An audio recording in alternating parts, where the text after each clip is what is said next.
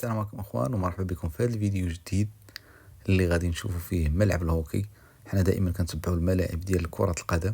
هذه المرة غادي نتبعوا واللي ديجا حطينا عليه فيديو، هو ملعب الهوكي اللي كيتبنى في مدينة الرباط، واللي قليل الناس اللي عارفين هذه المعلومة هذه.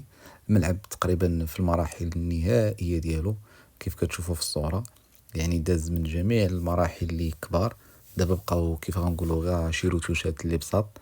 الملعب الديزاين ديالو هو واحد الديزاين اللي جديد عصري، لأول مرة غيدير ملعب الهوكي بالمغرب، واللي كنظن يعني يقدر يكون أول واحد في إفريقيا.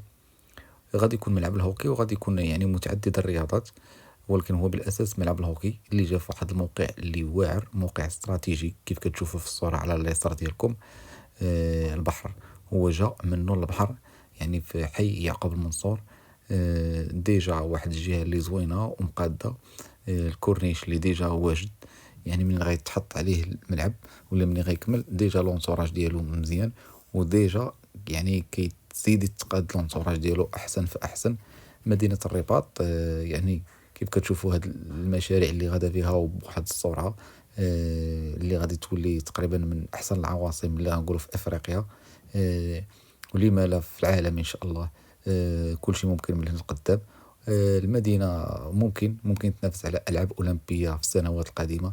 كيف كنشوفوا كاين بزاف يعني ديال القاعات الرياضية، وهذه يعني جديدة دابا ديال الهوكي.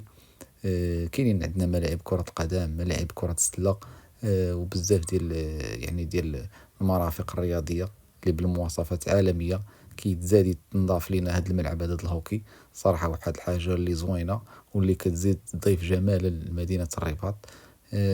كنتمناو ان شاء الله يكون واحد الملعب اللي جميل، يعني حتى من الداخل ويحافظوا عليه الناس. تبارك الله الديزاين على برا داكشي رائع وزوين، وجا على البحر في واحد الجهة كيف قلنا، لواحد الجهة اللي زوينة.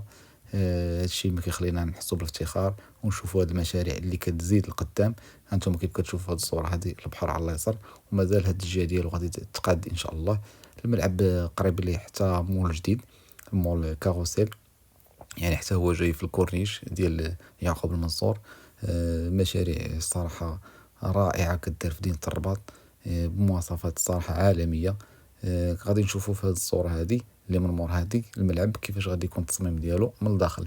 كيف كتشوفوا هذا هو التصميم اللي غادي تكون فيه واحد الشاشة الفوق بواحد الشكل رائع.